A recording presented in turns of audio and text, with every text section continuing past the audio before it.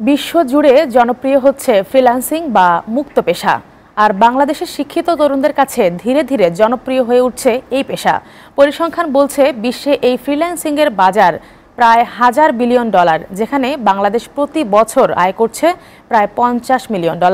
প্রযুক্তি বিশেষজ্ঞদের মতে প্রতি বছর লাখো কাজের সুযোগ তৈরি হচ্ছে এই আউটসোর্সিং মার্কেটে। ফ্রিল্যান্সিং আউটসোর্সিংয়ে ক্যারিয়ার নিয়ে রিয়াদ আহসানের ধারাবাহিক প্রতিবেদনের দেখুন প্রথমটি। সারা বিশ্বে ফ্রিল্যান্সিং ও আউটসোর্সিং খাতের বাজার প্রায় $1,000 বিলিয়ন। পৃথিবীর অনেক উন্নত দেশই এখন তাদের কাজ করিয়ে নিতে সময় ও অর্থ বিবেচনায় ফ্রিল্যান্সারদের দ্বারস্থ হচ্ছেন।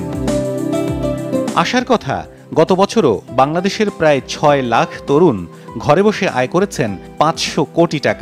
অনেকেই চাকুরির পেছনে না ঘুরে নিজেই হয়ে উঠেছেন উদ্যোক্তা। আর আমি প্রোগ্রামিং ছাড়া I wanted to do something else. বর্তমানে একটা মাল্টিন্যাশনাল কোম্পানিতে আছি। সময়টা যদি ফ্রিল্যান্সে দিই তাহলে একটা বেটার আর্ন সম্ভব আমার পক্ষে। আরেকজনের উপর ডিপেন্ড করতে হবে না, বা জব যদি আমি নাও পাই, so it's gonna be like আমার এফোর্টে আমি নিজের টাকা নিজেই ইনকাম করতে পারছি। অ্যাকচুয়ালি আমি ট্যালেন্ট অ্যাকুইজিশন টিমে ছিলাম স্ট্যান্ডার্ড চার্টার্ডে, বাট আমি জবটা ছেড়ে দিয়েছি। প্রযুক্তিবিদদের মতে ফ্রিল্যান্সিং মুক্ত পেশা হওয়ায় উচ্চশিক্ষিত এমনকি চাকুরিজীবীরাও এখন ছুটছেন এর খোঁজে। 60 ইয়ার্সের স্টুডেন্টও আছেন, আমাদের এখানে 16 ইয়ার্সের স্টুডেন্টও আছেন। You have to committed, you have to passionate, dedicated and regular.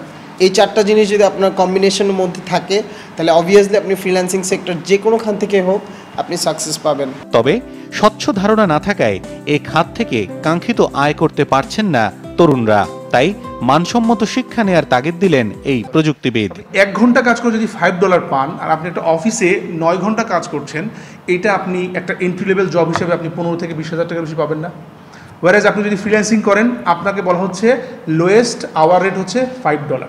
এখানে কিন্তু পার্থক্যটা, এবং এটা অনেকে জানে না। অনেকে মনে করে যে আমি ফ্রিল্যান্সিংটা পার্ট টাইম হিসেবে কাজের পাশে করি, দেখি কিছু ইনকাম করা যায় কিনা। বাট আমি বলবো ফ্রিল্যান্সিংটা হচ্ছে একটা কমপ্লিট ক্যারিয়ার। প্রযুক্তি প্রতিমন্ত্রীর মতে আইটি খাতে এখন সবচেয়ে বেশি গুরুত্ব দেওয়া হচ্ছে ফ্রিল্যান্সিং খাতকে। 6 লাখেরও বেশি আর কি ফ্রিল্যান্সার, আইটি ফ্রিল্যান্সার তারা নিবন্ধিত। ওডেস ফ্রিল্যান্স এখন যেটি বর্তমানে আপওয়ার্ক, তরুণীরা তারা আত্মকর্মসংস্থানের ব্যবস্থা করতে পারে, সেটাকে আমরা মূলত আর কি লক্ষ্য রাখছি। তার মতে সরকারি বেসরকারি উদ্যোগে 2021 সাল নাগাদ $5 বিলিয়ন আয়ের লক্ষ্য নিয়েই এগোচ্ছে সরকার। তাই বেকারত্ব ভুলে দক্ষ প্রযুক্তিবিদ হবার আহ্বানও জানান জুনায়েদ আহমেদ পলক। রিয়াদ আহসান, এসএটিভি, ঢাকা।